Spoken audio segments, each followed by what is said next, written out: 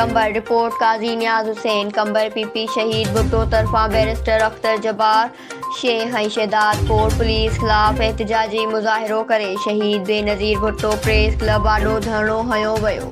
ان موقع مظاهرين پوليس ۽ اختر جبار خلاف سخت نعريبازي ڪئي. احتجاجي مظاهري کي خطاب ڪندي اڳواڻن وڪيل نواب الدين چانڊيو، محمد جان بروهي، شوڪت علي چانڊيو، عرفان علي گوپانگ، طفيل احمد ۽ چيو ته وڪيل سدائين مظلومن جي مدد ۽ ترجماني ڪندڙ رهيا، پر افسوس جو هڪ نهاد بئريسٽر قانون جو ناجائز فائدو وٺي شهدادڪوٽ شهر ۾ مختلف برادرين ۽ سياسي پارٽين جي ڪارڪنن مٿان ڇڙتو ۽ ڪوڙيون FIR داخل ڪرائي کين هراسا ڪري پنهنجو ووٽ بينڪ ٺاهڻ جي کوشش پيو ڪري ۽ سندس چرچ جي SSP قمبر شهدادڪوٽ ۽ شهدادڪوٽ جي پوليس بغير ڪنهن ثبوتن ۽ ٻين کي FIR جي شهيد بھٽو جي ڪارڪنن کي گرفتار ڪري مٿن 13 ڊي ۽ منشيات جو FIR داخل ڪري کين پابند سلاسل ڪيو پيو وڃي.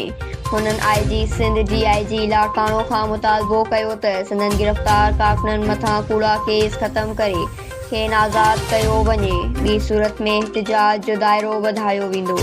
News Sindh express news Qambar.